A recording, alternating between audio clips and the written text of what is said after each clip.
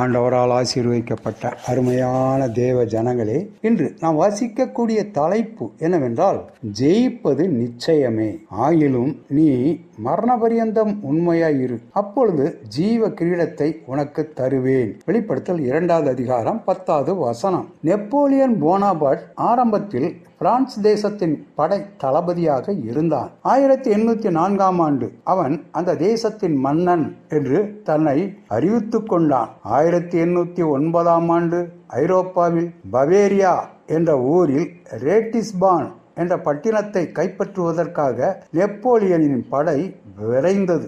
Lanes என்ற அவன் படை தளபதி ரேடிஸ்பானை வீழ்த்தி அதை பிடித்து விட்டார். வெற்றியின் செய்தியை நெப்போலியனிடம் அறிவிப்பதற்காக ஒரு போர் வீரன் குதிரை மீது ஏறி மிக வேகமாக நெப்போலியன் நிற்கும் மலையை நோக்கி விரைந்தான். இறைவனின் பெரிதான கிருபையால் நாம் வெற்றியடைந்து விட்டோம் என்று குதிரையை விட்டு இறங்கி அவன் நெப்போலியனை நோக்கி அறிவிக்க, அந்த போர் வீரனின் வாயிலிருந்து வழியக்கூடிய இரத்தத்தை நெப்போலியன் கண்டு அந்த போர் வீரனை பார்த்து, நீ காயப்பட்டிருக்கின்றாயா என்று வினவினார். அந்த போர் வீரன், தலைவா, நான் காயப்பட்டது மட்டுமல்ல, கொல்லப்பட்டும் உள்ளேன் என்று கூறி நெப்போலியனின் பாதத்தில் வீழ்ந்து மடிந்தான். அந்த போர் வீரனின் வீர தீரம் முழுமையாக தான் காயமடைந்தும் தான் மாளும் தருவாயிலும் இருந்த பொழுதும் கூட வெற்றியின் செய்தியை கூறிவிட்டே மாண்டான். அவன் உலகத்தின் ராஜாவுக்கு அவ்வளவு